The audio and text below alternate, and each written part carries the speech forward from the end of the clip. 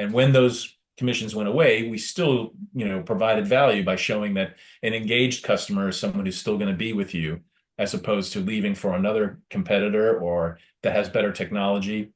Plus, if you're a customer of a brokerage company, then you're also sold other products like savings and IRAs. Welcome to Unstoppable Podcast with Harry Sardinas, inspiring conversations with influential millionaires, investors, thought leaders, entrepreneurs who are making a massive difference with their innovative products and services, and sharing the challenges and the wisdom of how they sold their first million.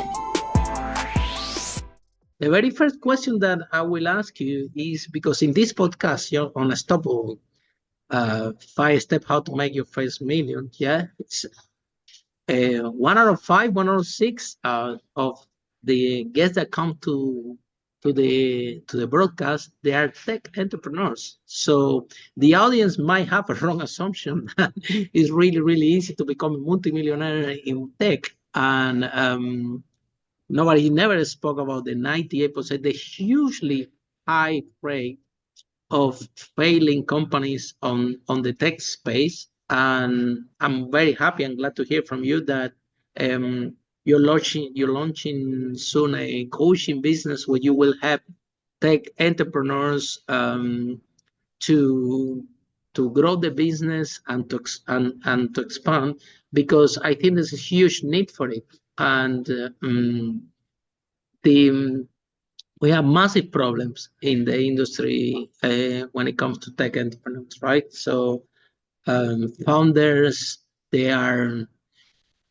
some of them, they are just, if they are tech entrepreneurs, right? They very basic concepts, like an MVP, minimum viable product, right? And they go there and they create a product that is gonna change the world, that is so good. And then you ask all the money of your friends and you put all your money, you remortgage your house, and then you become a huge elephant. And then when everything is exhausted, you don't have no even energy or finance or resources to bring that product to market, and you don't even know if this is what the markets want to buy. And then I never hear any entrepreneur in this broadcast. We already interviewed with 500 millionaires, and we haven't heard anybody say, Harry, I designed this product like that, and the market bought it straight away. There is always several iterations. So what is your view on this, David? We have a huge problem. I mean, entrepreneurs, they're very, some of them, they're very product centered. I mean, this is what they have. They love about the product and everything.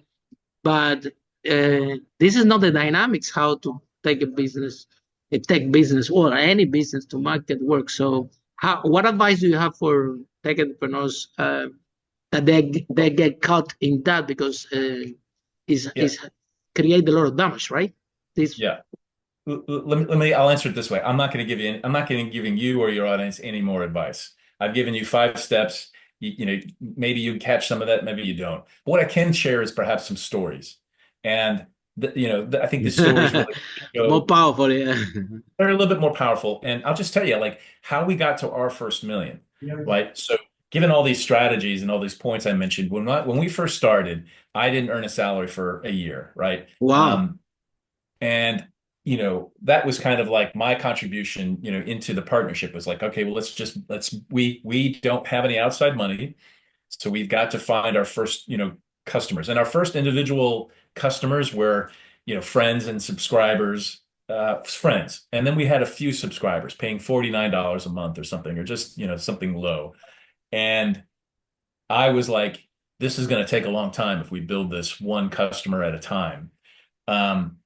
So I took the mantle of flying to New York and trying to land, more marquee, large, corporations to use the technology.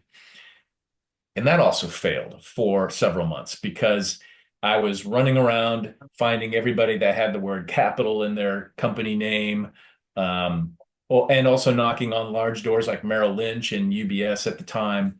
And the meetings that I could get, even if they were interested, this was at a time where there was an enormous amount of downsizing of traders on the floor who used to manage the trades. Then, then with a lot of things became electronic, you still had one trader maybe in charge of 50 issues, 50 stocks to look at. But then all that got reduced. So this was like people were getting let off every year. And I was coming with the kind of technology, frankly, that was going to put them out. But even if I found a Merrill Lynch, I'd only sell like maybe 10 licenses, and that just wasn't a lot. And it was a little bit of panic, like, what am I doing? And I had a wife and a home and a baby on the way. And I was like, we got it, what else can we do here? And we came across, the solution was, I'm tired of going and finding decision makers and only getting 10, customers. And this is going to take a long time if each decision maker is a subscriber. So we went to where there were communities where one person was making the technology decisions for tens of thousands.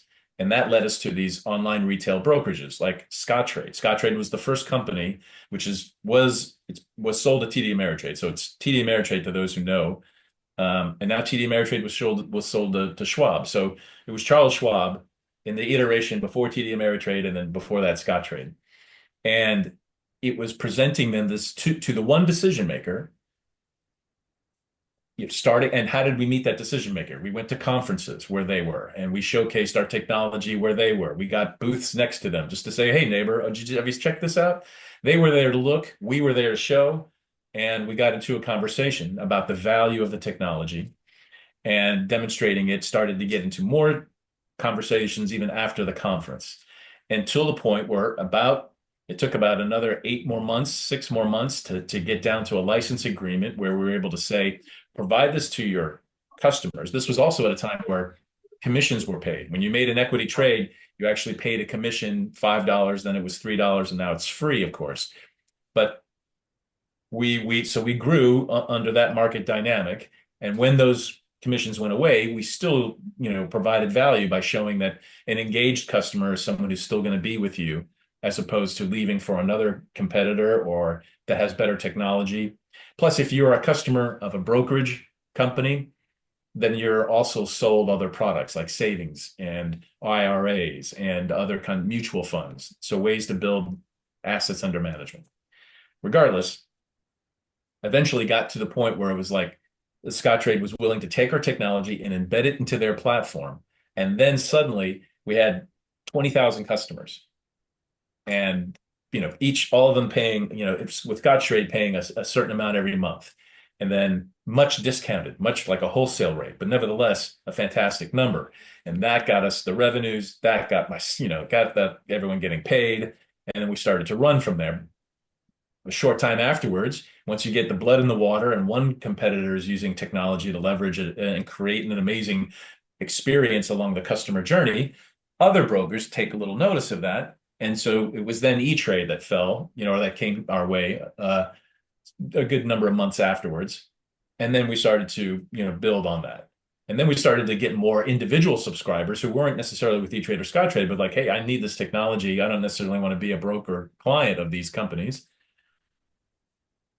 We grew from there on and on. But that was kind of like the first journey of how we got there. And I will say that having a good conference. Very impressive, David. Very impressive. I mean, to talk about the fifth point, these aren't in order, but the fifth point about finding partners is often going to where thought leadership exists at the time then and still now. It's that relationships, in-person relationships 100% are designed to do, right? Conferences are designed to bring people together. Yeah. And then we'll do another podcast, but there's a whole strategy about taking someone else's conference and making it your own and adding a experiences that definitely we need to have that one. Follow us for more interviews with world's most influential, audacious entrepreneurs that overcame challenges and adversity, providing you with the blueprint of how they sold their first million so you can grow your business exponentially.